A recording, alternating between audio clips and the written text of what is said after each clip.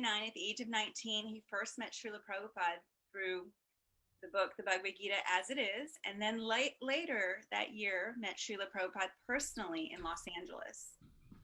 In January of 1970, he moved into the temple in Berkeley, California, and shortly after received first and second initiation.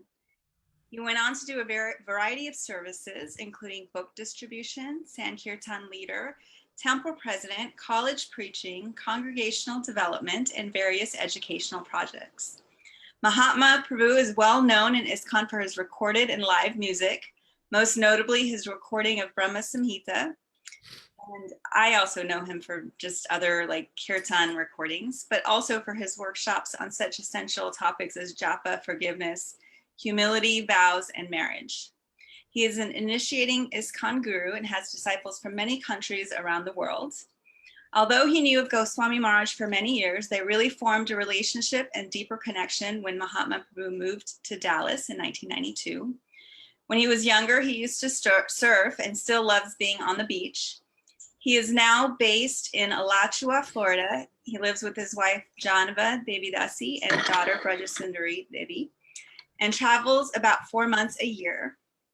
Her Grace Jahnava Dasi joined the New York Temple in 1989. Her services have included book distribution and college preaching, managing 26 2nd Avenue, teaching Shastra in Vrindavan and Mayapur, and coaching and counseling devotees. She is also the producer of the award-winning film Women of Bhakti. She holds certifications as a life coach and marriage counselor. And although her life's passion is counseling couples and facilitating workshops on healthy relationships, in addition to being a mother and wife, some part of her would probably like to be recluse in the mountains and just enjoying her own time. They've both had a tremendous impact on my Krishna consciousness.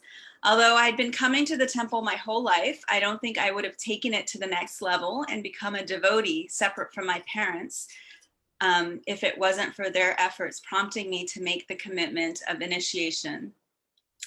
Jahnava was one of the first devotees I friended, and I'm not talking Facebook friend, I'm talking about real life friend. It was through her and her actions that I met Tamal Krishna Goswami. Mahatma and Jahnava nurtured my Krishna consciousness early on, especially with that little house right off of campus in Austin. I don't know if you remember it, on Red River. I am forever in your debt. So it is my great honor to introduce you guys. Hare Krishna. Srila Prabhupada ki jai. Om Vishnupadaya Krishna Prasthaya Bhutale Srimate Bhakti Vedanta Swamiti Namane Namaste Saraswati Deve Gauravani Pacharine Nirvisesa Sanyavadi Paschatya Satarine. So I'm just overcoming bronchitis, so we're going to see how long I can speak without coughing too much. And then we have a more qualified devotee here who has deeper attachment to Tamal Krishna Maharaj than I have, who's very capable of speaking about him. I wanted to thank the organizers. When I first found out about this, I thought, yes, there's so many younger devotees do not know Tamal Krishna Maharaj, and that would be such a loss for them not to know him and hear about him. Secondly, after a person leaves, sometimes the memory fades. And he's too important a personality who is, by his example and teachings, taught so much that to lose that memory is a great loss. So I'm happy that we're keeping his memory alive, and I always find it an honor to be able to speak about him. So, Satyavrata Maharaj, I found that story really funny when Maharaj said, well, if you don't do what I say, we can't be friends. I think that kind of typified his nature in the early days. My first experience with him maybe was something similar, not exactly the same, but similar. He came with Vishnu Jan Swami to San Diego in 1974. And prior to that, he had been in India. So I had no connection with him. But we knew who he was. We heard about him. And then he came. And so a number of us were in the office, president's office, doing our work. And he walks in and he says, "You all have to get out. I have to make a phone call." And he said it kind of like a general, like, it was like the first thing he ever said, that I ever heard him say. It was like, but we heard like he was hot tamale. And then we got personal experience with the first thing he told us. It was like, oh, okay, everyone's right. Yeah. And after that, my relationship with him was as the enemy, because I was the Sankirtan leader in Los Angeles, and Los Angeles was the prime competitor for Radha Damodar. As someone told last night, he would, he was always, how much money they give me. He was like, had his spies. He had to give more money to the BBT. He had to beat Rameshwar, and I was the Sankirtan leader, so I was on the other side, But he, after the marathon, he came, and everything was nice, Battle was over, friendly, and that famous picture where Prabhupada is laughing, and I'm right in the middle laughing, and Rameshwar is there, and Ridananda Maharaj is there, Trivikram Swami. That was Prabhupada talking about the competitiveness of Tamal Krishna Maharaj. He made a joke about him. And Rameshwar was glorifying Ridananda Maharaj and his book distribution in South America, and how books were going all over South America to places where we don't have temples, devotees have never been, because devotees are meeting people who are traveling and distributing so many books. And as Rameshwar was speaking, Prabhupada said, this was right after the competition, Prabhupada said, "Don't speak so loudly, Tamal will have a heart attack." And everyone just started busting up, So Prabhupada liked to play with him. So after that was like 76. After that, I really didn't have much connection until I joined Krishna Fest with Gunagraj Maharaj. And Gunagraj Maharaj was close to Tamal Krishna Maharaj. So I had joined him. We were in DC for the summer. And then he invited Tamal Krishna Maharaj out. And I really never, on a daily basis, interacted with him. So he came because he liked what Maharaj was doing, and he wanted to encourage him. So he came out on the mall, saw what we were doing, and chanted with us and so forth. But he didn't feel the temple was being managed well. And this was like really the first, you could say, second real interaction, another startling one. We were in the room, the guest room that they gave him. And he said, "This temple is not managed well." You been there like a half an hour, just kind of can feel it, And then he said, "I cannot sleep properly in a temple that's not managed well." It's like, okay, my second interaction with Tamal Krishna Maharaj, he's not like everyone else I know. So, shortly after that, Gunagraj Maharaj and the Krishna Fest party moved to Dallas, and that's when we started having regular interactions with him. And but specifically, we became close in the late 90s because we were spending half our time in India, and when we'd come back to America, we came back to Dallas, we'd rent an apartment, and we'd interact with him.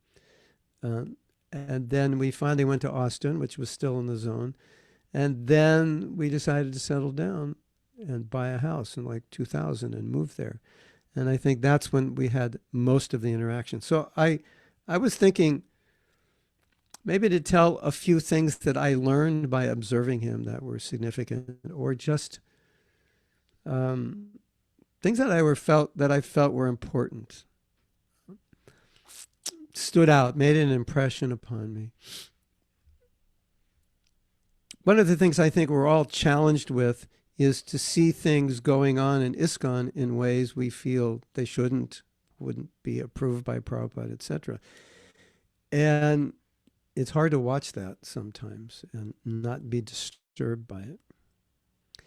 And especially, I have experience. I've been a temple president 4 times. And sometimes it's very difficult to go back to the temple you were in charge of and see things being mismanaged, especially if you worked hard on it. So the time that I spent with him, he was no longer GBC. And we know that management runs in his veins, but at this point, he's not managing. And so sometimes he would talk about management. You know, he'd say, they're doing this and they're doing that, but that's not going to work, and they should be doing this and that, and, you know, they need more senior devotees to help them. He would make like his commentary off the cuff.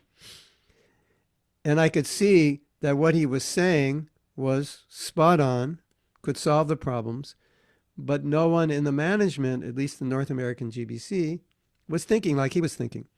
So he would make these comments, and I'd be thinking, you had such a big position as manager. Now you have no position.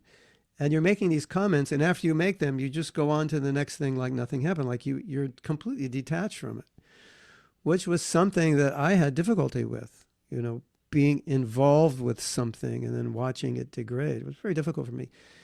And he was making all his comments. They should do this. They should do that. And completely detached, knowing that they're not going to do it. Knowing that no one's going to ask him. No one's going to call him up. And even if he says something, not that anybody would necessarily listen. And this just stood out. It stood out that he totally detached. He complete, you know, management running in his veins, now not managing, and just like, okay, detached. Another interesting incident happened, and I don't know if any of you are aware of this, but found this interesting. I was in Houston. Gunagrai Maharaj and I were in Houston, and Hanumat Prasheka Swami, he was visiting there. He preaches there. And he came, and so I think he was just there a day or two. And one day we had lunch. So I think at that time, the way Maharaj lived, like everything he owned was in like a little book bag. You know, he was a very renowned sannyasi. He had, still to this day, maybe now he has 2 book bags. He's increased. But he had nothing. He just lived as a real sannyasi. And one day we took breakfast, and after breakfast, Hanumak Prasad left. And Maharaj turned to me and Gurudeva Maharaj and said, I would love to live like that, like him. This is real sannyasis, but I can't live that way. It's not my nature, but I so much appreciate and respect that utter renunciation. And one time, after his rooms in Dallas, I guess they were refurbished, and there was beautiful furniture in there, and paintings, and bed, and desk, you know. He brought me in. He said, I want to show you my room. And it was strange why he wanted to show me, because as soon as I came in, he was like apologizing for it. He said, you know, I'm not sannyasi, and I really shouldn't live like this. He said, but I have to live like this because I go through so much austerity in managing. And if I don't have this, I can't do it. So I totally understood it. It made sense to me. But he was like apologizing, like, you know, I'm a sannyasi, I should. So he really had that, you know, deep renounced spirit within him. But circumstantially, because of his nature and situation, it didn't always manifest. Then one time we were sitting in his room, and he had a little notepad he kept in his pocket, right? Notepad and pen. You remember that? So he pulled it out, and he was like writing something down. And he said, you know, people have so many devices to manage. And he goes, this is how I managed my little book here. This is how he managed his whole zone with a little notebook in his pocket and a pen. He was that good. I'll say one last thing because I want to give my wife time to speak. But there's one thing that was important for me that I found I could do with him that it was really a little bit difficult to do with other people. And this was at the time he was going to university, and I would often talk to him about controversial topics, aka heretical topics, perhaps. Topics that could be seen maybe ISKCON-wise, politically incorrect, taboo, you don't talk about them. But like questioning, was Prabhupada ever wrong when he said something? Is Prabhupada responsible for things going wrong in ISKCON? Things that just, I wouldn't say I was thinking inoffensively. I was just thinking about them. Like I wanted someone to talk to them about it. And he was so free and open to talk about it. And without any editing, just talk about it openly. And it was so healthy for me to be able to talk openly about so many things, so many mistakes we all had made, and how things could have been done differently, and controversy. And then he said, what's the big deal? Every religion goes through this. Every religion has these controversies. Why are the devotees getting, so worried about it? To him, it became like a non-issue. And I just love being able to talk about those things. And the last thing, because spiritual life is unlimited, you can have two last things, right? And the last thing is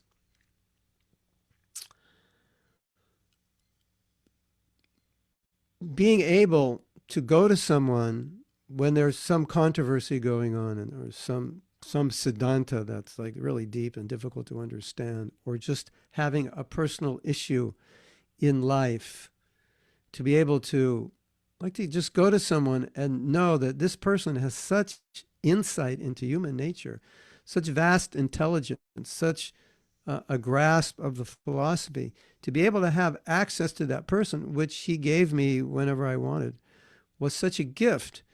And then when I would think about it, I would think, this is one of the greatest gifts I have in my life, because if there's ever a situation I'm in and I'm just not sure how to deal with it, I can just go to him and pretty much he can figure it out, as we all know, in about 10 seconds. Isn't it? He meets somebody, 10 seconds later, he's figured out their whole life. Oh, I think you should do this and do that. We all saw that. It was like a gift, it was like mystical. And so I always relished that. And when he left, that was probably for me the biggest shock, because I thought, well, who else is there? Is there anybody like that? And I couldn't think of anyone like that I had that much faith in. So I want to give at least time to my wife, who had, I would like to say something about my wife and her relationship with Tamal Krishna Maharaj. Tamal Krishna Maharaj was in Texas. When you think of Tamal Krishna Maharaj, well, maybe now you think of Texas and Tamal Krishna Maharaj. But when I met Tamal Krishna Maharaj, I didn't think of Tamal Krishna Maharaj in Texas. I thought Tamal Krishna Maharaj, New York, San Francisco, and Texas, completely out of place. That's how I thought, And I don't know if you ever thought that or felt that, but he definitely felt it. Because when my wife moved to Dallas, he was like, yes, a New Yorker. And he said, I like to hang out with you because you're from New York and I can relate to you. So he really had this bond with her, New York, because how many New Yorkers were there in Dallas? And Dallas is so different from New York. So maybe she can talk about that. She has her own experience. True. Can I see your watch? Om Jnana Timirandasya Gyananjana Shalakaya Chakshur Militam Jena Tasmai Shri Gurave Namaha. Hare Krishna. I feel very humbled by seeing all the luminaries on this screen and sitting next to one as well. So I think many people that I'm looking at are way more qualified to be speaking about Tamal Krishna Goswami, Srila Gurudev, but somehow I'm here. So I will do my duty and do my best. And stop me when it's 12, okay? Yeah. So 8 minutes. 8 minutes, yeah. So I met Tamal Krishna Maharaj for the first time in the New York Temple in 1989. I was a very new devotee, and it was really a big deal that he was coming, and he had quite a few disciples there. And it was the Sunday feast, and there were lots and lots of people, and he was giving a lecture. And as Krishna would arrange, was one gentleman there. I don't know if I should call him a gentleman, but there was one man there who really had the mood of stump the guru. So he kept asking Maharaj, this question, that question, all the questions surrounded around the different types of living entities that there are, the eternally liberated souls, the eternally conditioned souls, and all the different kinds of souls in between, and what happens this and what happens that. And he just wanted these kinds of definitive answers, but they were so challenging. So finally, Maharaj just said, look, if Krishna wants to make you disappear, he can. And I don't think anybody had ever heard that aspect of the philosophy before. So you could hear a pin drop. Like, the man stopped. He had nothing left to say. Everybody just looked at each other. The class just ended. And we all just stood up. All the devotees were just trying to marvel over that concept of, and I think he said he could. He won't, but he could. If he wanted to, he could. So we were marveling over the idea that if Krishna wanted to make us disappear, he could. And that was a long time ago. I never forgot it. It's remained a very profound moment in my life, as it was the first time I met him. Now, during that visit, there were some girls in the ashram who were his disciples, and they would go in for the darshan with him, and then they would come back into the ashram. And they all came back sort of transformed. Some would be crying, oh, he read my heart. And others would be like, oh, it was just so intense. He really, got to me, and, he cleaned my heart. They all had these very profound transformations. So I was thinking, this personality, who is he? He's very powerful. He's not ordinary. He's really affecting people in profound ways. And I just will never remember that. And he used to never forget that. And he used to come back a few other times. And every time he came to the temple while I was living in it, it was a powerful experience. And eventually I got to meet him and talk with him and serve him. And I can't go into it all because we have such little time. But fast forward, after about a year and a half of serving at the 26 Second Avenue Temple and running all the programs, this was about in 92, 93, it just became apparent that my time in New York had come to an end. And my initiating spiritual master, His Holiness Srila Damodar Swami, and I were discussing, what should I do next? And he felt that I should go to Dallas and take shelter of Tamal Krishna Goswami, be under his care and his disciples' care. And I'd never been to Dallas before. I'd never been to Texas. So somehow I took the leap of faith. I packed a little suitcase, and Damodar Swami bought me a one-way ticket to Dallas, and I got on the plane and I landed, and I just thought, here we go. Okay, what is in store for me? So when I arrived at the temple, I was greeted to my room in the ashram, and then the devotees took me up into the building where Tamal Krishna Goswami stayed. And Chaitanya Chandra Prabhu, who's also a Prabhupada disciple, which I didn't realize at the time, led me into Tamal Krishna Goswami's room, his bedroom. And it was a beautiful room, very elegant but simple, and the lighting was beautiful. And I don't want to sound too far-fetched, but there was like an aura in the room, and even around Maharaj. And I went in there, and he invited me to sit down in a chair. And then this devotee comes in with these long-stemmed crystal wine glasses and pours me fresh pressed watermelon juice and Maharaj. And so I'm sipping watermelon juice out of these beautiful goblets with Tamal Krishna Goswami. And I just came from an ashram in New York where I slept on a hard bed, and it was very austere. And now here I am. The contrast was incredible.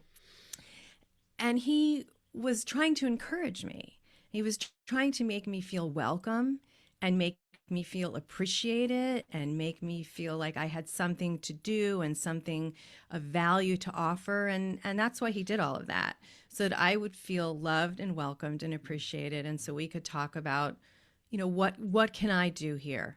So it was a very grand welcome, and I always appreciated it. Now, the next morning during japa, Tamal Krishna Goswami would sit in the temple for about half of japa period, and then he would go up to his room. So he left, and then one of the devotees came down and said, Gurudev wants to see you. So I went upstairs, and again, I went into his room, and he had this table set up with all these pictures of all the different holy places of Vrindavan. And at that time in his sadhana, he was going on Vrindavan Parikrama while he was chanting japa. So he took me on Parikrama with him, and we sat there and we would chant and look at this holy place and that holy place and go deeply into japa. And again, a gift, a real cherished gift that again made me feel important and special and appreciated and valued. And then one more little thing about that time in Dallas.